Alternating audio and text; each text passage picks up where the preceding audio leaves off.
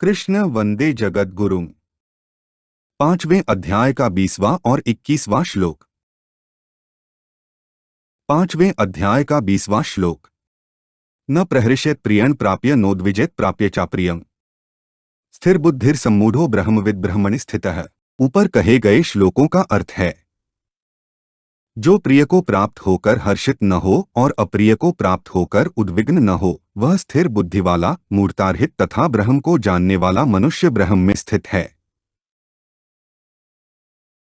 न प्रहृष्यत प्रियं प्राप्य नोद्विजेत प्राप्य चाप्रियम का अर्थ है, शरीर, इंद्रिया, मन, बुद्धि, सिद्धांत, संप्रदाय, शास्त्र आदि के अनुकूल प्राणी, पदार्थ, घटना, परिस्थिति आदि की प्राप्ति होना ही प्रिय को प्राप्त होना है।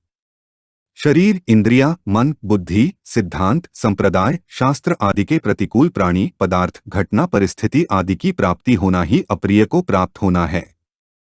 प्रिय और अप्रिय को प्राप्त होने पर भी साधक के अंतःकरण में हर्ष और शोक नहीं होने चाहिए। यहाँ प्रिय और अप्रिय की प्राप्ति का यह अर्थ नहीं है कि साधक के हृदय में अनुकूल या प्रतिकूल प्राणी पदार्थों के प्रति राग या द्वेष है। प्रत्युत यहाँ उन प्राणी पदार्थों की प्राप्ति के ज्ञान को ही प्रिय और अप्रिय की प्राप्ति कहा गया है। प्रिय या अप्रिय की प्राप्ति अथवा अप्राप्ति का ज्ञान होने में कोई दोष नहीं है। अंतःकरण में उनकी प्राप्ति अथवा अप्राप्ति का असर पड़ना अर्थात हर्ष शोक आदि विकार होना ही दोष है।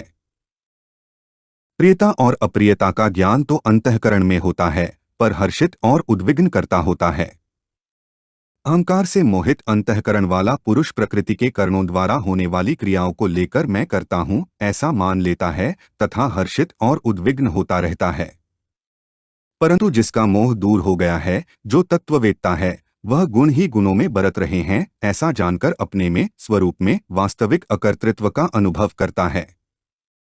स्वरूप का हर्षित और उद्विग्न होना संभव ही नहीं है।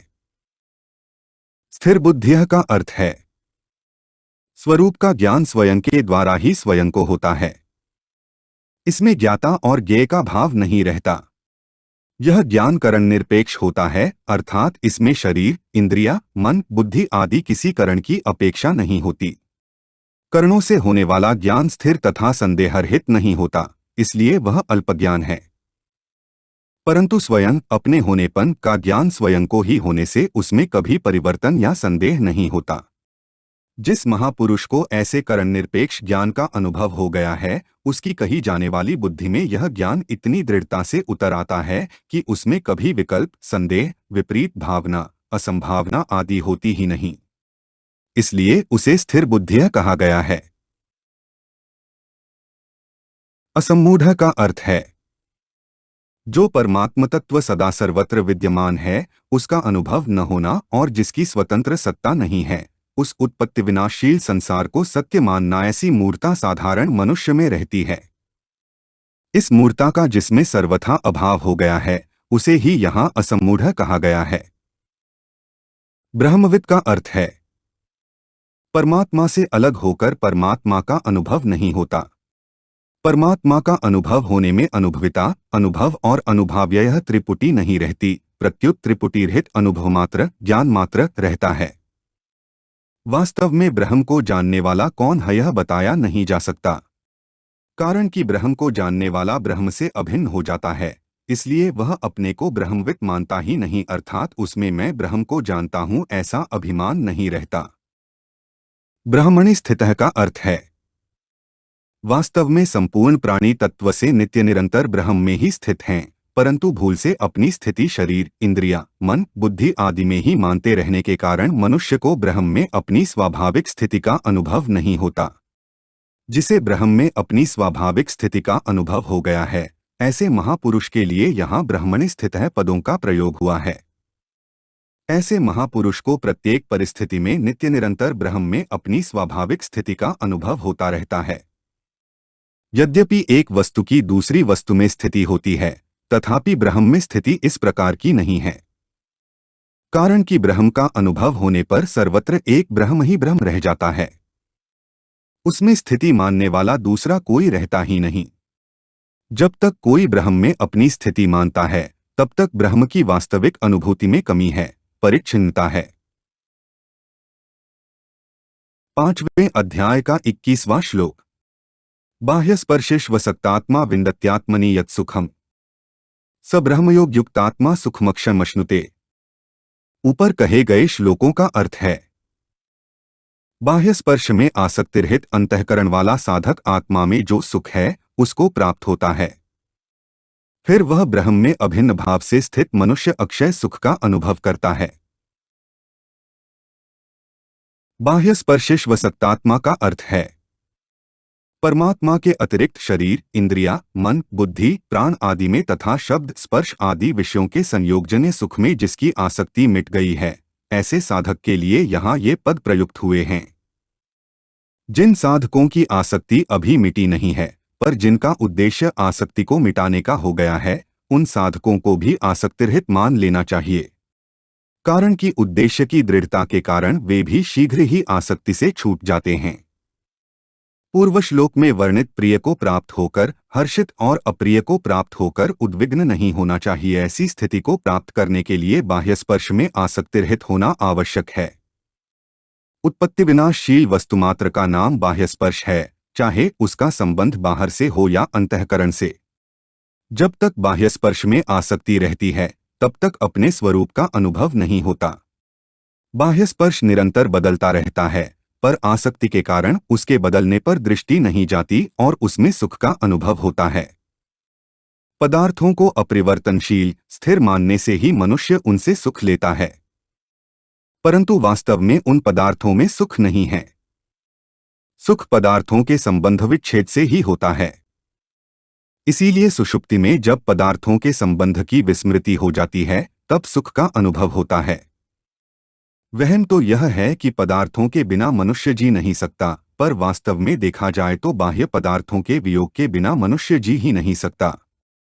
इसीलिए वह नींद लेता है, क्योंकि नींद में पदार्थों को भूल जाते हैं।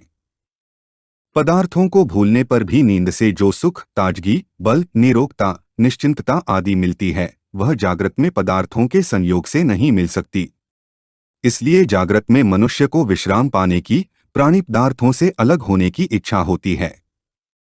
वह नींद को अत्यंत आवश्यक समझता है, क्योंकि वास्तव में पदार्थों के वियोग से ही मनुष्य को जीवन मिलता है।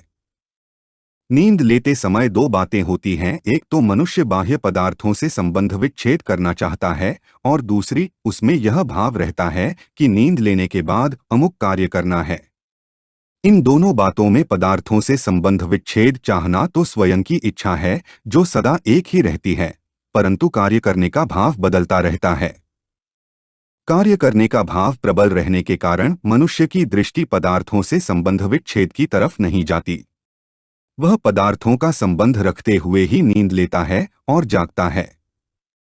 यह बड़े आश्चर्य की बात है कि संबंधी तो नहीं रहता पर संबंध रह जाता है। इसका कारण यह है कि स्वयं अविनाशी चेतन जिस संबंध को अपने में मान लेता है वह मिटता नहीं। इस माने हुए संबंध को मिटाने का उपाय है अपने में संबंध को न माने। कारण कि प्राणी पदार्थों से संबंध वास्तव में है नहीं, केवल माना हुआ है। मानी हुई बात न मानने पर टिक नहीं सकती और मान्यता को पकड़े रहने पर किसी अन्य साधन से मिट नहीं सकती। इसलिए माने हुए संबंध की मान्यता को वर्तमान में ही मिटा देना चाहिए, फिर मुक्ति स्वतः सिद्ध है। विन्दत्यात्मनि यत् सुखम का अर्थ है, बाह्य पदार्थों की आसक्ति मिटने पर अंतःकरण में सात्विक सुख का अनुभव हो जाता है। बाह्य पदार्थों के संबंध से होने वाला सुख राजस होता है। जब तक मनुष्य राजस सुख लेता रहता है तब तक सात्विक सुख का अनुभव नहीं होता। राजस सुख में आसक्तिरहित होने से ही सात्विक सुख का अनुभव होता है। स ब्रह्मयोग युक्तात्मा का अर्थ है, संसार से राग मिटते ही ब्रह्म में अभिन्न भाव से स्वतः स्थिति हो जाती है। जैसे अंधकार का नाश होना और प्रकाश होना दोनों एक साथ ही होते हैं, फिर भी पहले अंधकार का नाश होना और फिर प्रकाश होना माना जाता है। ऐसे ही राग का मिटना और ब्रह्म में स्थित होना दोनों एक साथ होने पर भी पहले राग का नाश बाह्य स्पर्शेष्वसक्तात्मा और फिर ब्रह्म में स्थिति ब्रह्मयोग युक्तात्मा मानी जाती है। जैसे 13वें अध्याय के पहले श्लोक में क्षेत्रज्ञ जीवात्मा के द्वारा अपने को क्षेत्र शरीर से सर्वथा अलग अनुभव करने की बात आई है, और फिर दूसरे श्लोक में क्षेत्रज्ञ के द्वारा अपने को परमात्म तत्व से सर्वथा अभिन्न अनुभव करने की बात आई है। ऐसे ही यहाँ पहले बाह्य स्पर्शेश्व सक्तात्मा पद से शरीर संसार से अपने को सर्वथा अलग अनुभव करने की बात बताकर फिर ब्रह्मयोग युक्तात्मा पद से अपने को परमात्म तत्व से सर्वथा अभिन्न अनुभव करने की बात बताई गई है। भोगों से विरक्ति होकर सात्विक सुख मिलने के बाद मैं सुखी हूँ, मैं ज्ञानी हूँ, मैं निर्विकार हूँ, मेरे लिए कोई कर्तव्य नहीं है, इस प्रकार अहम का सूक्ष्म अंश शेष रह जाता है। उसकी निवृत्ति के लिए एकमात्र परमात्म तत्व से अभिन्नता का अनुभव करना आवश्यक है, कारण कि परमात्म तत्व से सर्वथा एक हुए बिना अपनी सत्ता, अपने व्यक्तित्व परिच्छिन्नता या एकदेशीयता का सर्वथा अभाव नहीं होता। सुखमक्षयमश्नुते का अर्थ है, जब तक साधक सात्विक सुख का उपभोग करता रहता है तब तक उसमें सूक्ष्म अहम परिच्छिन्नता रहती है। सात्विक सुख का भी उपभोग न करने से अहम का सर्वथा अभाव हो जाता है और साधक को परमात्मा स्वरूप चिन्मय और नित्य एकरस रहने वाले अविनाशी सुख का अनुभव हो जाता है।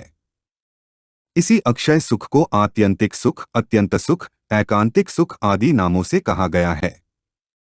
इसका अनुभव होने पर उस परमात्म तत्व में स्वाभाविक ही एक आकर्षण होता है जिसे प्रेम कहते हैं। इस प्रेम में कभी कमी नहीं आती, प्रत्युत यह उत्तरोत्तर बढ़ता ही रहता है। उस तत्व का प्रसंग चलने पर, उस पर विचार करने पर पहले से कुछ नयापन दिखता है ही प्रेम का प्रतिक्षण बढ़ना है। इसमें एक समझने की बात यह है कि प्रेम के प्रतिक्षण बढ़ने पर भी यदि पहले कमी थी और अब पूर्ति हो गई ऐसा प्रतीत होता है तो यह साधनावस्था है। यदि नयापन दिखने पर भी पहले कमी थी और अब पूर्ति हो गई ऐसा प्रतीत नहीं होता तो यह सिद्धावस्था है। हमारे चैनल को सब्सक्राइब करें। अगर यह वीडियो आपको अच्छी लगी तो वीडियो को लाइक करें, वीडियो को अपने दोस्तों के साथ शेयर करें, अपने सुझाव हमें कमेंट करके बताएं। जय श्री कृष्णा।